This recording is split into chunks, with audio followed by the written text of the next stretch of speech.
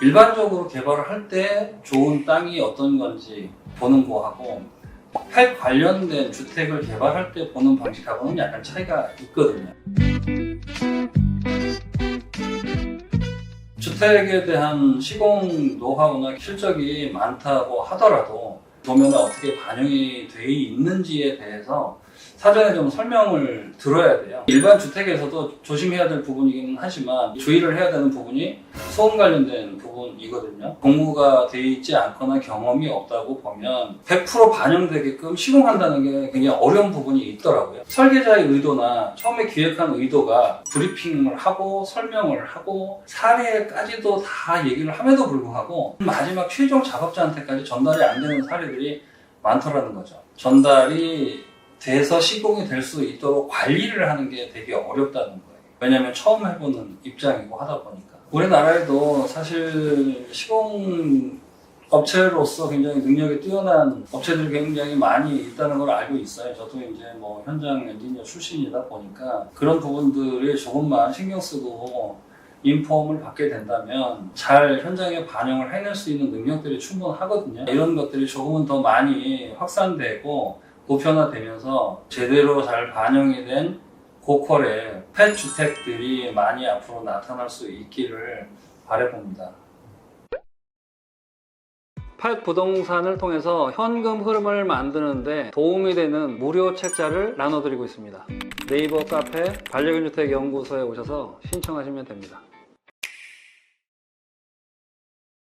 결국은 어떤 기획을 어떻게 하느냐, 또 어떻게 개발을 할 거냐에 대한 것들이 대단히 중요하잖아요. 똑같은 호텔이라고 하더라도 단순하게 그냥 짓는 것이 아니고 경쟁력을 조금 더 가져가야 되는 하나의 컨셉인데 펫 컨셉이 실질적으로 제대로 적용이 돼야지만 효과를 볼 수가 있다 보니까 펫 전반에 대한 컨설팅이 이제 필요하게 된 거죠. 기본적으로 알 수 있는 내용들만 가지고 적용을 하거나 보여지는 것들만 가지고 하기에는 사실 생각보다 많은 전문성이 필요로 하거든요. 그런 측면에서 전문가의 도움을 받아야 된다라고 판단이 되기 때문에 아마 시행사 쪽에서 저를 많이 찾고 있는 것 같습니다.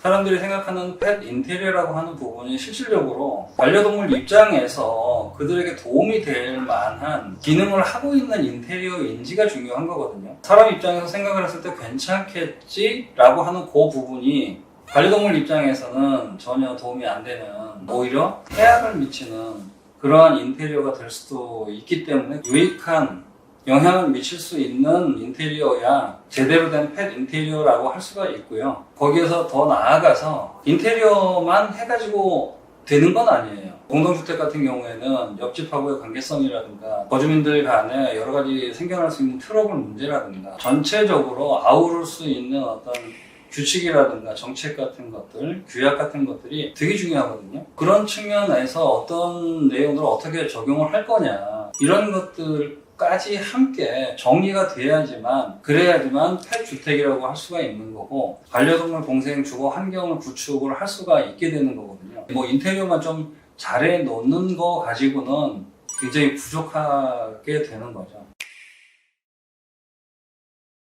일반 주택하고 펫 프렌들리 공생 주택하고는 당연히 설계부터 달라지게 돼요. 거기에 거주하는 사람이 차지하는 비중이 저는 한 70-80% 된다고 보고 나머지 20-30% 정도가 이제 반려동물을 배려한 그런 설계가 이루어져야 된다고 보고 있거든요. 우선적으로는 사람한테 잘 맞아야 되는 게 맞고요. 반려동물에게 필요로 하는 것들은 사람에게 안정화된 상태에서 어떤 부분을 어떻게 최적화할 거냐 이 부분에 대한 고민이 필요하거든요. 그러다 보면 당연히 설계에서도 어떤 공간 구성이라든가 인테리어 마감이라든가 변화가 생길 수가 있어요. 그러니까는 설계할 때부터 잘 고려한 설계가 만들어지는 게 굉장히 중요하겠죠.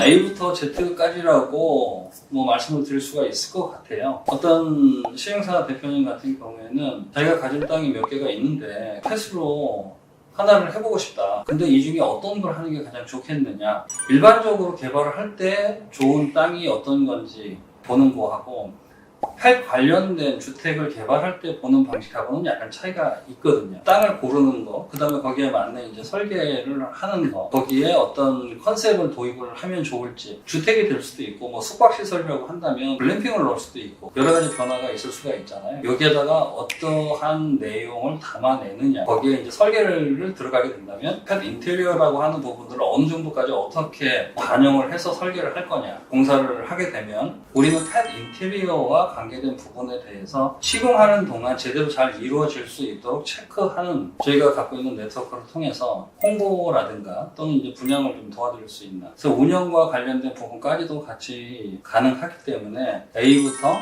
Z까지 가능하다라고 말씀을 드릴 수가 있는 거죠.